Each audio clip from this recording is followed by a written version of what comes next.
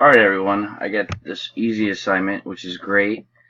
This is exercise 6-7 for chapter 6, homework 2. It says Vaughn Manufacturing accumulates the following cost and market data at December 31st.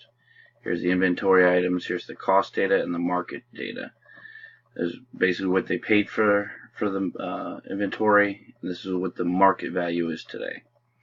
Anyway, what we have to do is we have to compute the lower of cost or market valuation for a company's inventory. We have to total it and enter it here. This is very easy. We just take each line item, cameras, which is lower, the cost data, the market, it's the cost. So I'm going to use this calculator here. I'm going to add 11,323. Then I'm going to, let's see, camcorders, next line item.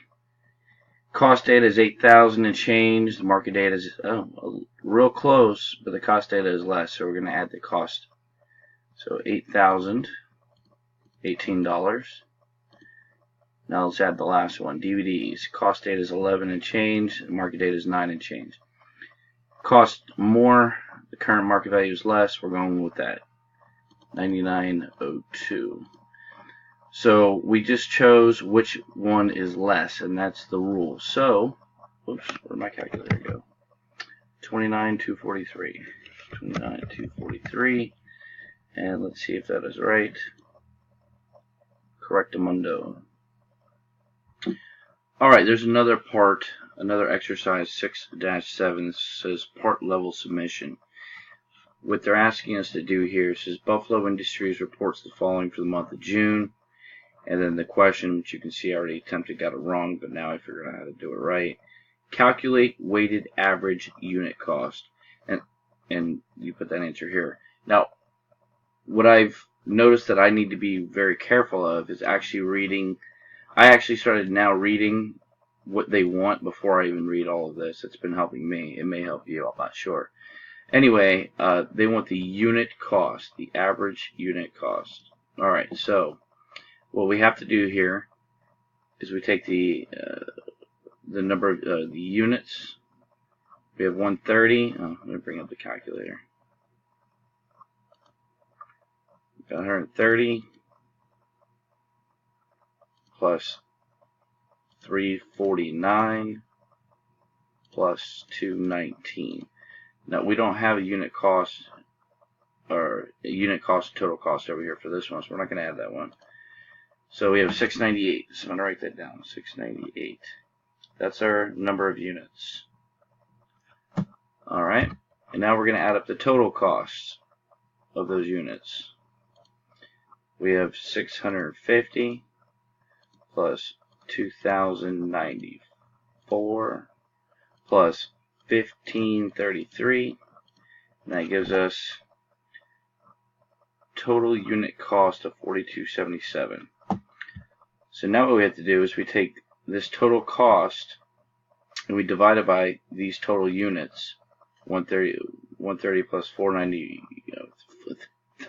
349 plus 219. So we divide it by that. That was the first time I wrote down. So I'm going to take that divided by the 698 units, and it gives us 6.1275, and this is asking for us to round to 3 decimal places. So the average unit cost 6.128. 6.128. 6.128. Let's see if that works. Submit answer. Hallelujah. That's right. Alright, so now in this next section here, A2, it says compute the cost of the ending inventory and the cost of goods sold under FIFO, LIFO, and average cost. Alright, so we're going to start with FIFO, which is first in, first out. And we're going to determine the cost of the ending inventory, put it here, and the cost of the goods sold here. Let's start with just this one. Now, when it comes to FIFO, trust me, this class is complicated for me. But so I try to do things to help me understand why things are. And with FIFO, working with the most recent purchase price of units and working backwards is the way you're supposed to go. And what helps me to remember that is if first in is the first out, well, that means the oldest inventory is going to be sold first, which means it's not going to be in our warehouse for very long. So the way that I help myself remember the direction I'm supposed to go in is that the oldest stuff is going to be gone, could be today. Why even consider the cost of that unit if it's going to be gone today?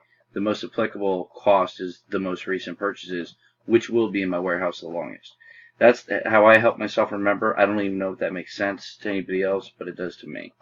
So anyway, so what we need to do to determine FIFO is work from the most recent purchases to the oldest. So we have 220 units remaining of inventory available for sale. Alright, 220 right here. We have to determine the cost of that, of each unit, and the cost of the total number of units under the FIFO system and put it here. So in order to do that, we're going to look at the most recent purchase that we made and the cost of each one of those units. The cost was $7. So out of this 220, we can account for 219 of these remaining 220 at the price of $7 a unit, which gives us, let's see, where's my calculator? 219 times 7, which I know it's sitting right there, 1533. Now we still have one more unit remaining here, so we can't count it on this price. We have to go back to the next oldest price, which was on June 12th, and that cost per unit was $6. So we're going to have to take our 1533 and then add that one unit times this $6, which is 6. So we're going to add $6 to here. So our total is $1539. That is the total cost of our ending inventory, which is 220 units. The total cost under the FIFO system is $1,539. So $1,539. Now we have to determine the cost of goods sold. The cost of goods sold. So the cost of all the inventory that we sold during this period, this month of June. So that's obviously I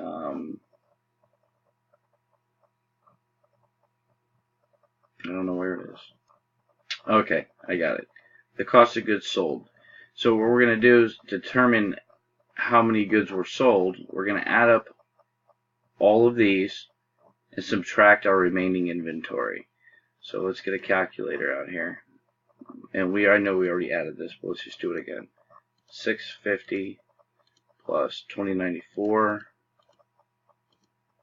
plus 1533 equals 4277. Now our ending inventory cost was 1539. So let's subtract that, 1539, and that gives us the number of the amount, the cost of goods sold, which is what we're looking for right here. So it's very simple. 2738. 2738. Alright, so now we're going to do LIFO. We're going to figure out the cost of the ending inventory first. So all we have to do is, we see our ending inventory is 220 units. We got to figure out the cost, but now instead of going with the most recent purchases and working to the oldest, under LIFO, we're going to work from the oldest to the newest. So we're going to take that 220 and we're going to figure out what we can get from it. So the first 130 units of the 220 were at $5. So, you know what, let's get this notepad.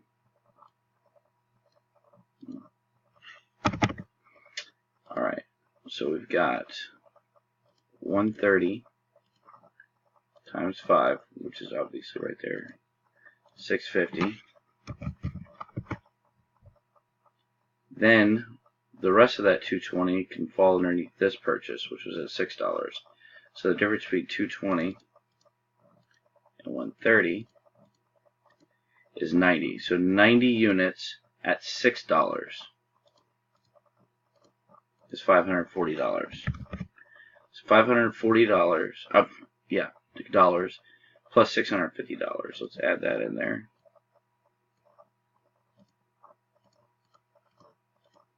Equals $1190. Okay.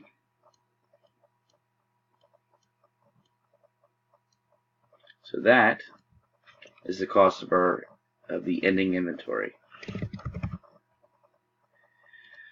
Now we have to calculate the cost of the goods sold. So now let's bring this back up here.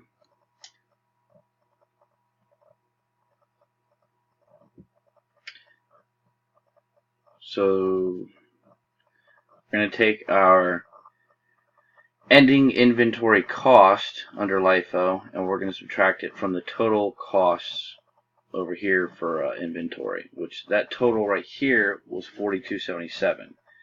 So we are going to deduct that from $1190, or $1190 from that.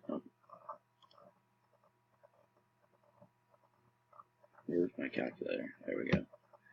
So 4277 minus 1190, 3087. 3087.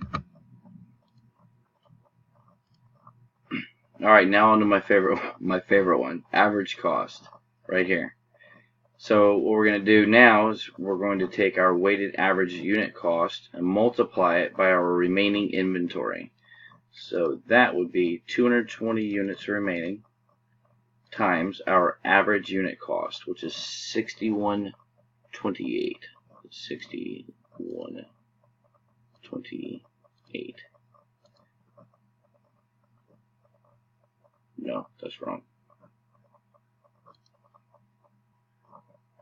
Okay, I see what I did there. That looked like a comma to me. My eyes are bad. I made the screen small so a bunch of things would fit on one page. That's 6.128. It's the unit cost, average unit cost. Okay, so now let's go back to where we were. The total units remaining is 220, and we multiply that times the weighted average unit cost of 6.128, and that gives us 1,348. Let's see, round answers to 0 decimal places. So that would be 1,348. 1348. Now, finally, the cost of goods sold, the average cost. We're going to determine this by taking the total costs up here and subtracting the cost of the ending inventory right here. So this total up here was 4,277. So let's do that, 4,277, and we're going to subtract out this ending inventory cost of 1348 minus 1348, and that leaves us with 2929. 2929. All right, let's check our answers. Ready? Yes. That's such a great feeling. Thank you for watching my video. If anybody has any suggestions on how I can be smarter in regards to this type of this stuff, I'd appreciate it. If anybody needs any clarification on what I did, I'm pretty sure I can recall what I just did. So go ahead and shoot me a message in the discussion board, and I'd be very happy to help. Good luck, everybody.